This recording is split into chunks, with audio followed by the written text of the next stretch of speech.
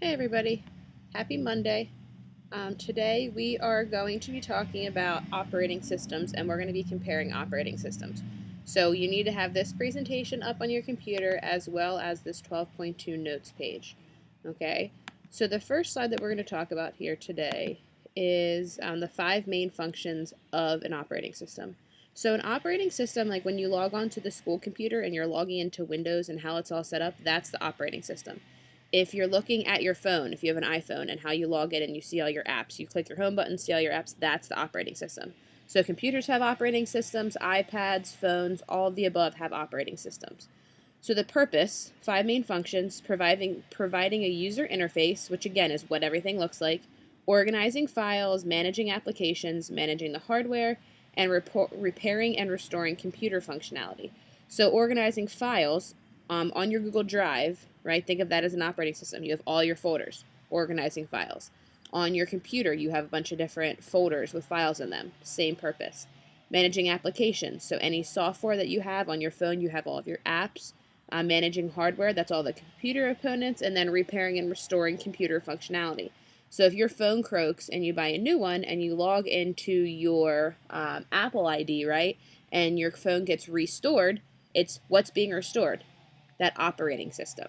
Okay, so what I want you to do is I want you to pause this presentation right now, and I want you to copy these 5 main functions. I want you to add bullet points here underneath your table and copy these 5 main functions down. So I'll give you a second to do that. Go ahead and pause the video.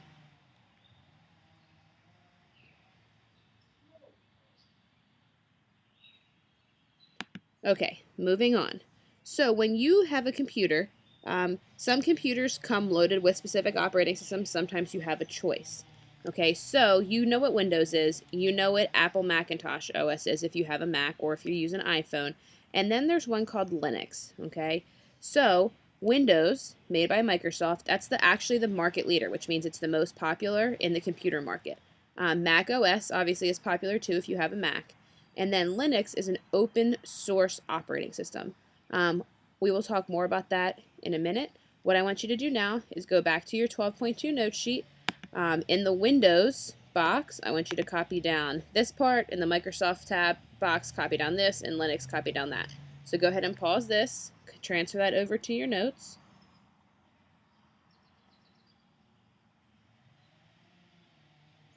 Okay, so like I said, Linux is an open source operating system, which means that the code for that operating system is freely available for anybody to review, and it's made by volunteers. So when you're using Windows or Mac, you can't change the operating system. You have no way to change what that system looks like. You can't change the layout of your phone. But if you're using Linux, you do have that option to do so. Okay? And again, we'll keep talking about that. So here we go. More information on Windows and Mac OS. That Windows and Mac OS are proprietary. What's that mean? It means it can't change, like we just talked about it. The software is licensed. Software developers develop this operating system. You have to purchase it, and you can't edit it once you purchase it, and you can't redistribute it. You can't modify it. You can't make it to any changes to it. It is what it is. There's no way of making it any different.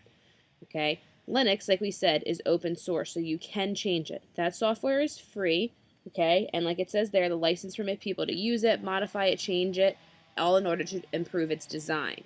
Okay, the users that use that Linux open source software operating system have that code. So if you don't know how to write computer code, obviously you can't change it. But if you do, you can easily change it. So again, I want you to go back to your notes, copy this information under Windows and Mac, and then copy the Linux information under Linux. Go ahead and pause the system and do that.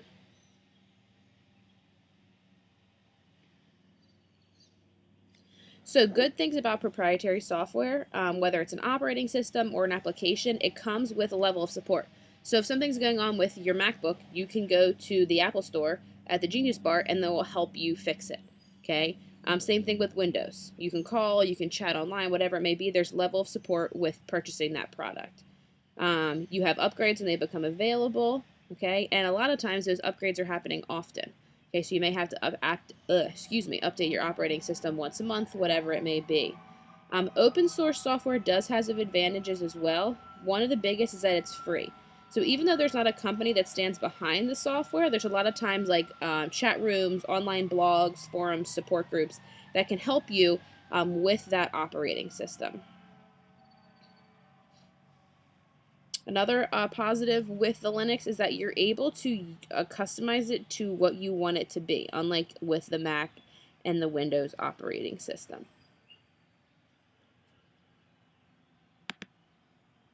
So here, this is what a typical operating system looks like, user interface for Windows. This is a little bit of an outdated version of Windows. Oh, excuse me. But this is what general looks like. You have different folders, you pop up your tabs, and you can reorganize things as you wish. Here, okay, this is a typical user face from the Mac operating system. Very similar, somewhat different than Windows, but the toolbar, main difference is toolbars here at the bottom. You can see this on my computer here. Folders, applications, shortcuts, all of the above, just like Windows does.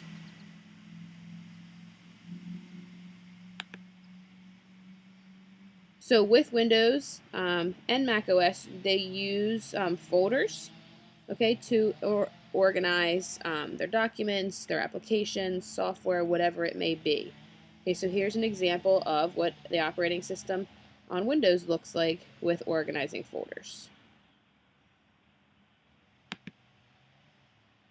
Okay, here's another example of Windows and the operating system and how it helps users manage the hardware, such as keyboards, mice, monitors, etc., and all of their behaviors and functions as well.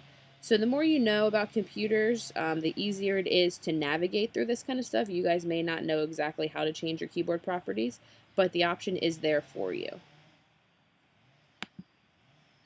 And then here, operating systems show storage device. If we are on a school computer right now, I would show you how to manage the storage on your computer. But everybody's computer that they're using right now, they may be using an iPad or a tablet or a phone, so it's going to be different.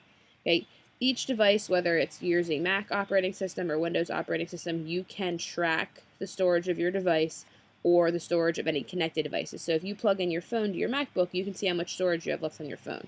And you can see that as well on your phone too. With both these operating systems, Windows and Mac OS, you can manage and edit video. Mac operating system is particularly easier. It started out being easier to use than Windows. Mac was created for more of people in the arts, so graphics designers, musicians, photographers. So they were a step above Windows when they started creating all the editing software with videos, music, photos, and such. Okay, but now with most, Windows has caught up. Okay, so I hope that explains operating systems a little bit more to you. Make sure that you've taken your appropriate notes on your 12.2 note sheet and share that with me when you're done.